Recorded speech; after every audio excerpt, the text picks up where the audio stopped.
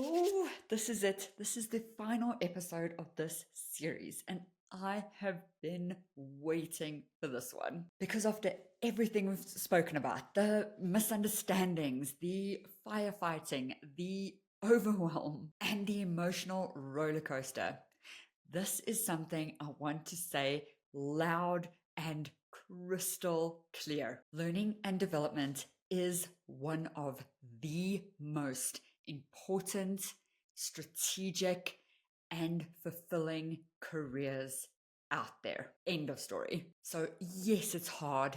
Yes, it can be overlooked. And yes, we're still shaking off decades of confusion about what this role is really about. But here is why we stay.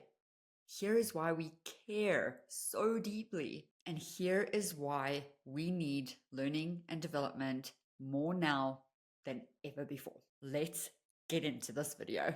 First, why is learning and development more important now than ever before? And I'm going to start this section with what breaks my heart every time I hear about another learning and development team getting laid off. A piece of me shatters because I know what happens when we're not in the room. People leave organizations because there's no growth. Engagement plummets because people don't feel invested in. AI rolls in and no one's ready because capability hasn't been built. And culture tanks because there's no intentional development. And all I can think is, who can solve this? And you already know the answer.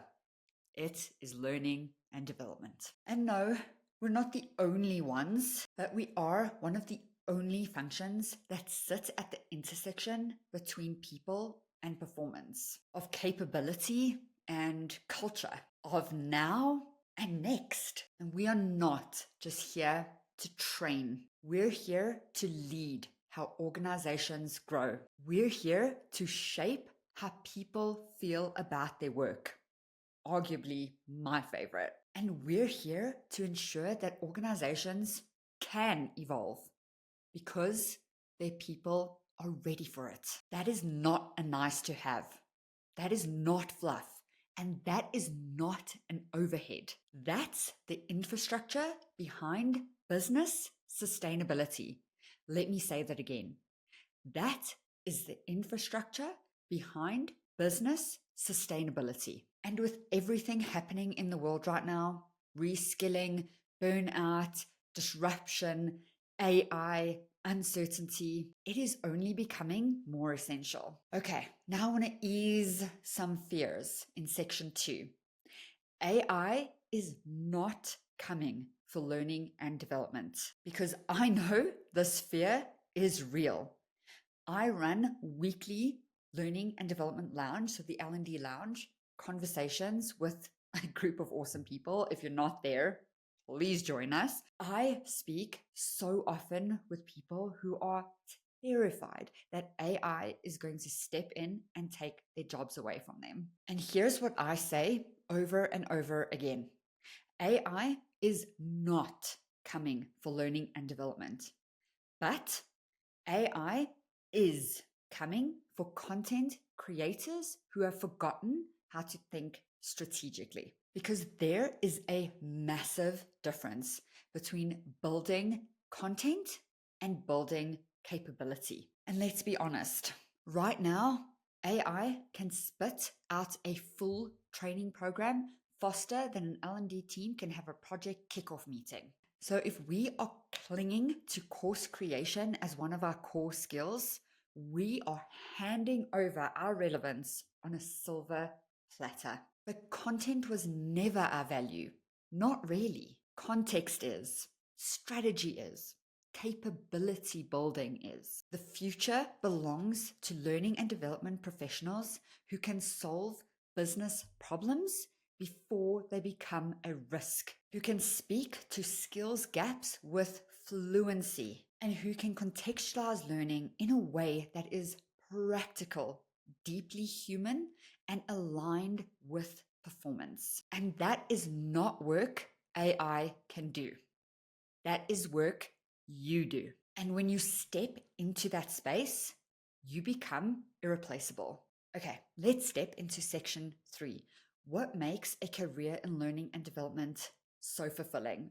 And I'm going to slow down here a little bit because this one is deeply personal. The reason why this job feels so damn hard at times is also the reason why it is so fulfilling. Because you are not just executing a task, you're helping someone build confidence. You are showing someone a future that maybe they didn't think was possible. You are the moment when someone realizes that they can do something that they previously thought was out of reach for them. I have seen someone cry after getting through their first presentation. I've watched managers actually learn how to lead people. I have had learners message me years later to say, I changed their lives. This job is emotional, it is relational, and it is deeply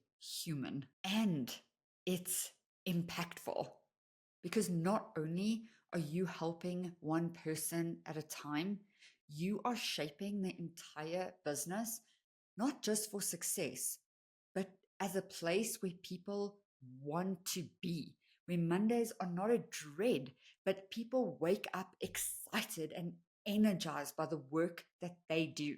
And that is something that you help shape. I'm not crying. You get to build the kind of workplace culture that you wish someone had done for you. You get to help people become better communicators, collaborators, and dreamers. And you get to see what some people are capable of even before they realize it for themselves. And even though the logistics could be training calendars and budget proposals and stakeholder meetings and feedback surveys, what you're really building is hope and joy. This is absolutely not just a career. This is a calling. So let me get off of my soapbox and make this practical. What does it take to succeed in this field in the long run? Because honestly, being emotionally invested is a beautiful thing, but it's not enough. To thrive in this field long term, you do need more than passion. You need more than creativity. You need strategy, you need capability, you need structure, and you need the skills. You need to understand the business language. You need to align with strategic goals. You need to build relationships with stakeholders, not just deliver their content to them. And you need to design systems, not just once-off events. And I'm sure you know this, but the most successful people in learning and development are definitely not the ones that just design the prettiest slides. They're the ones who know how to frame their work in a way that business really listens. And that's the transformation I have seen again and again. From that order taker to strategic leader. From can you run this session for us to can we get your input here before we finalize this business strategy? It's not magic. It's a skill set and it's absolutely learnable. You've just got to decide to learn it because this is exactly what I teach inside of the Talent Development Academy. And listen, I am not saying this as a sales pitch. I say this because I have seen the before and after. I have lived the before and after. I have coached learning and development professionals through career transitions, promotions, restructures, and a complete shift in how they see themselves. And when you want to move from reaction to leadership, this is how. And if you're not quite ready yet for the full academy, just start with the L&D Impact Toolkit.